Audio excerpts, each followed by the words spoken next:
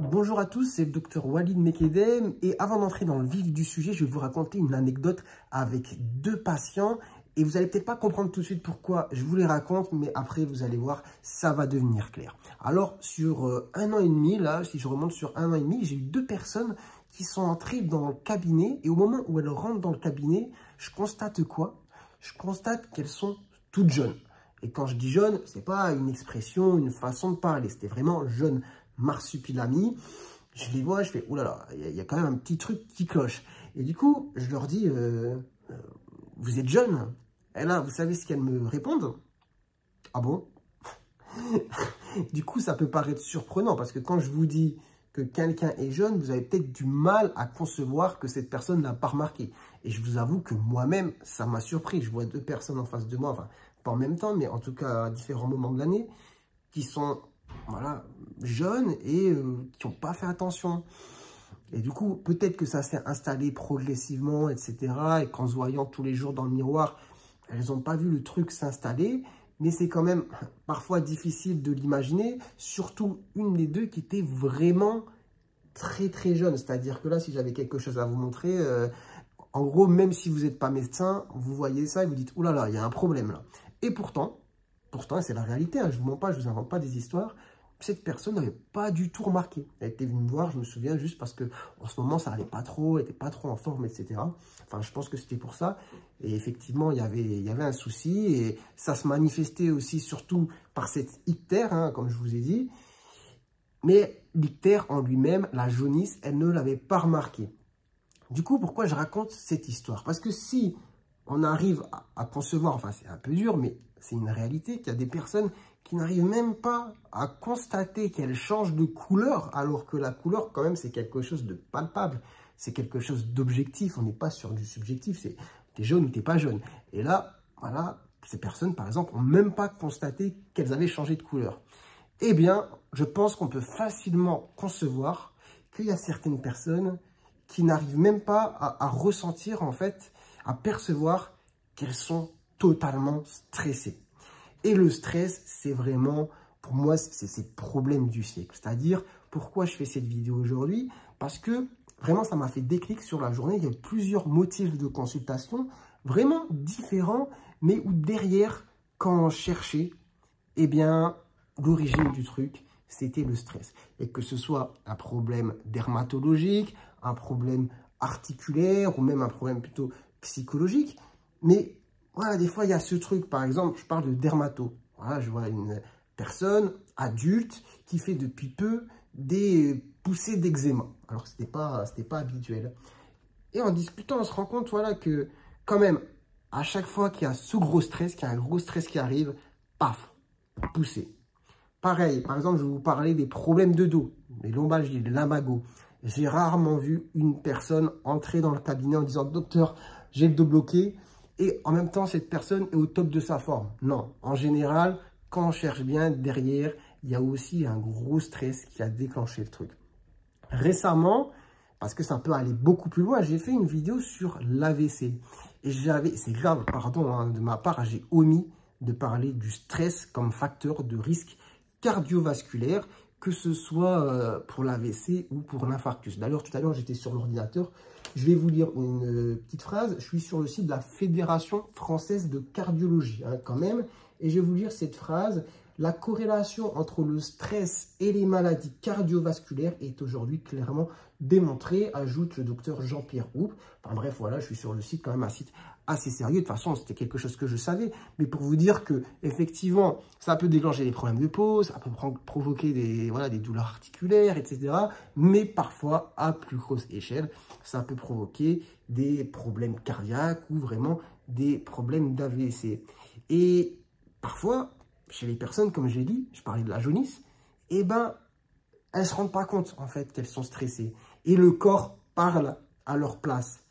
Et je leur dis, monsieur, madame, en fait, là, c'est votre corps qui parle pour vous, pour que vous puissiez l'entendre, l'écouter.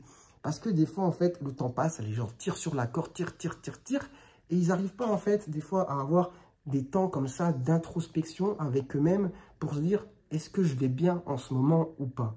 Et des fois, ça tire sur la corde jusqu'au moment où bah, ça ne va pas. et quand la maladie arrive. Et la maladie, bah justement, moi je dis, c'est le mal a dit. C'est vraiment un mal qui se manifeste et qui parle pour vous en vous disant, bah là, franchement, t'as abusé. C'est trop. Et des fois, bah voilà, on arrive vraiment à un moment de rupture. Alors des fois, ça va être des trucs pas trop graves. Par exemple, comme je vous ai dit, problème de peau, etc. Mais j'ai vu par exemple aussi une femme ce matin qui avait fait 2 malaises vagos à répétition là, sur la semaine. En discutant, bon, effectivement, il y a un contexte de surmenage. Voilà, grosse charge de travail, mais aussi un contexte de stress. Après, j'ai vu aussi une personne qui fait beaucoup de... Voilà, le ventre qui gonfle, la colopathie fonctionnelle.